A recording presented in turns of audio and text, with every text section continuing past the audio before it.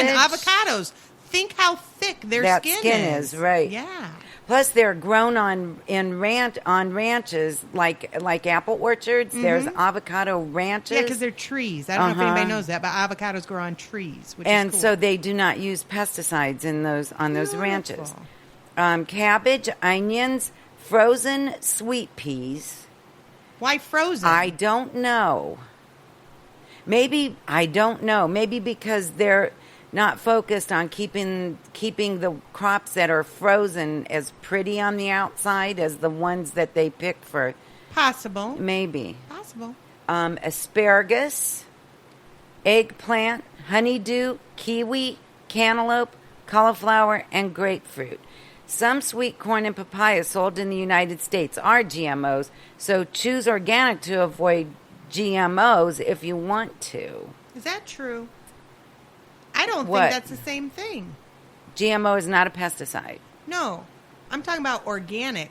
Is every GMO organic, and is every organic GMO? I don't believe that. No. You'd have to look for it specifically, non-GMO. Right. And I don't even think that's possible anymore. Everything has been monkeyed around with a little bit. Spinach, it says, spinach is the worst. And it says because of mold and a bug killer. So how would you wash spinach? Spinach is so delicate. And it's so absolutely, it's a superfood. So you want to eat it. So here's what I would do. I'd soak it in something. Or blanch it. Right. Maybe like a white vinegar soak would get that. That would be a good thing to look up. Yeah. I'm going to look it up. Talk for a minute. All right. So, yeah, I love all those things. I'm going to talk a little bit about gardens while you're talking about that. I mean, it's a different topic garden-wise, but, you know, I get a lot of gardeners in this time of year, and I will drive down the street and see people just bending over at the waist in their gardens. Oh, that's when I messed up my back pulling the weeds from my spinach row. Right. You definitely don't want to be bent over at the waist pulling weeds. Holy cats. That's the most precarious position because you've got your spine all stretched out, and then you're using your muscles in a way that's creating like a thrust, basically, and it just gives the spine opportunity to slip a disc or throw a vertebra out of place or whatever. Because once you stretch the spine, there's not as much holding them together. They're like, you know, there's room in there for that to play around and to move. And then you cough or you sneeze or you pull a weed or something like that, and boom. That just gives it enough force for that to come out of place. So I never recommend that. I definitely recommend little short stools. I see people, they have those little knee pads that convert into short stools. Short stools are wonderful.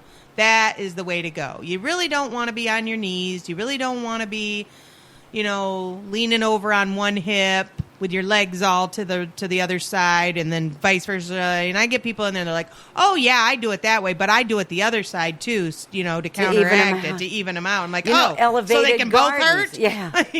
Elevated gardens. That is a good idea. I love elevated gardens. I love the idea of that, especially for older folks who can't bend so well.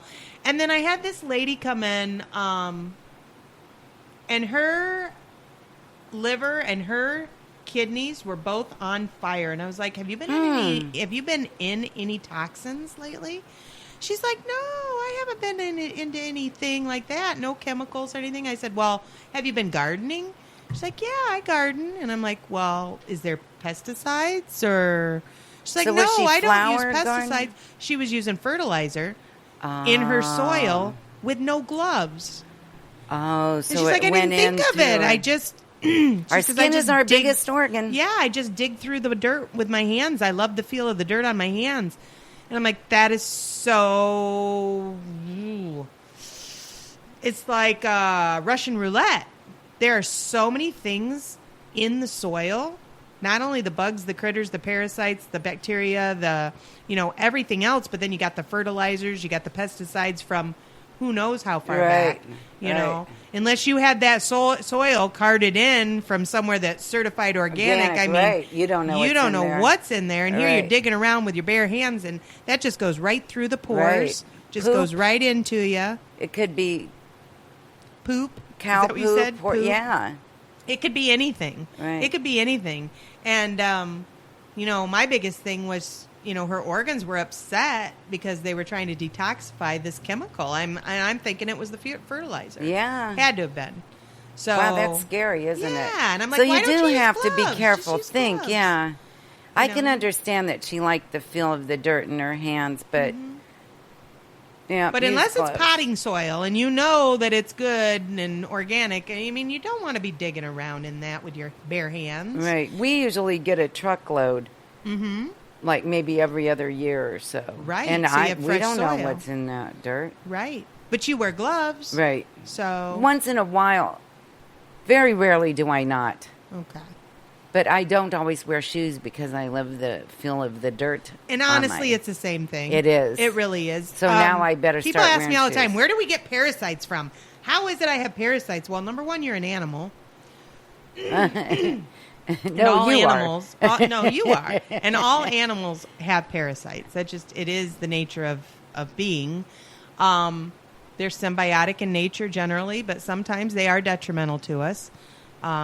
They love lactic acid, so they thrive in lactic acid. So milk? Is Well- milk lactic acid? Name no. me something that's high in lactic that's acid. lactose. Oh, okay. But lactic acid is like when you exercise, your joints lactic acid. build up, Okay, and right. your muscles build up And that's lactic why acid. you get sore from lactic Yes, acid. and then the Okay. parasites will migrate to that area and start to in there and get it all irritated and inflamed. So a lot of people get joint pains because of parasites and different things. How do you like get that. rid of them then? There's different products you can use. I like foot bath detoxes. I've seen some crazy parasites come out of my feet in I foot need bath to do detoxes. that.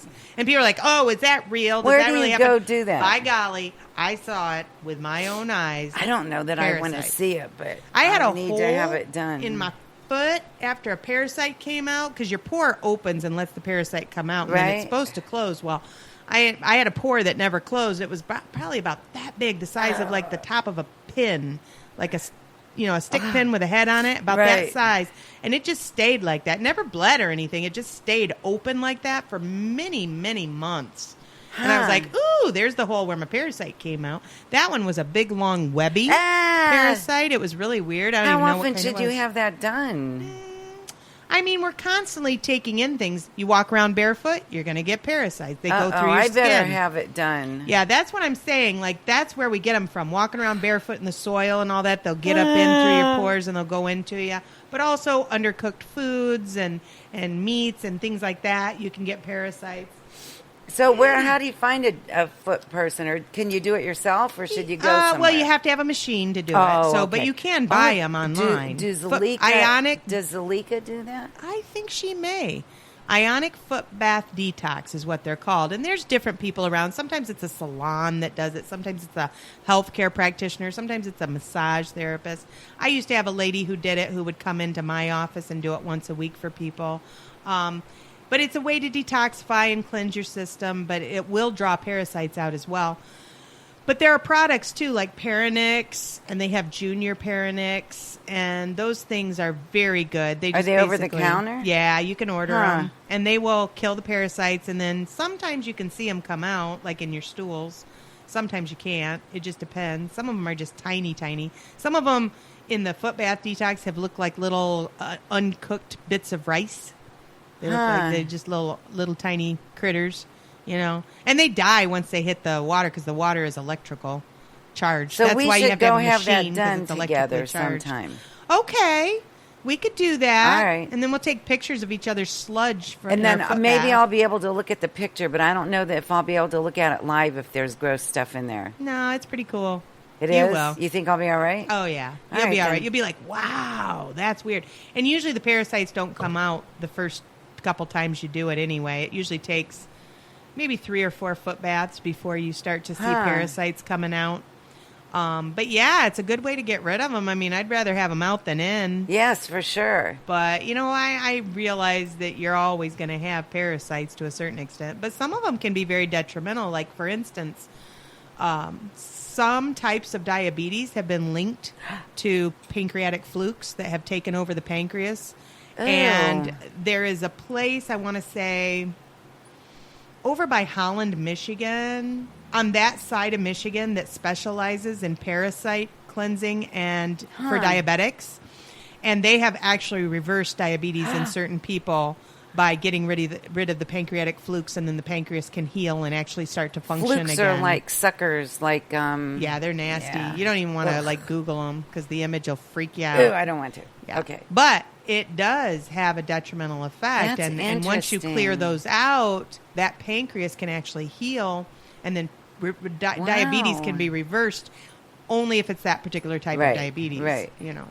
Wow, As long that's as the very interesting. islets of Langerhans have not been destroyed, which is in the tail of the pancreas. I love that. Say islets the islets of Langerhans. They're the ones that produce the insulin. So. I like that too. Yeah. All right, you want to know how to remove your pesticides? I do.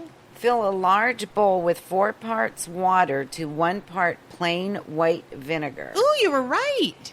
You're So- super smarty pants. Well, from my school, we learned this in school. Yeah, but it cool. has to be white vinegar for some reason. Apple cider distilled vinegar white doesn't do vinegar. it as well. Gotcha. Soak the fruit or vegetables you'd like to clean in the mixture for 20 minutes. And if you do real cold, it'll crisp up your stuff too. Yeah, so, and Even I put don't some mind ice vinegar. on That's it. like No. salad dressing. What Right. the heck? Rinse the fruit or vegetables well with water and save. That's good to know. And that disintegrates the pesticide or Yes. dilutes it or washes It off? makes it come off. Cool. That's cool. I do It like my removes fruit it. scrubber. I got my little fruit scrubber brush. Do you have a potato brush too?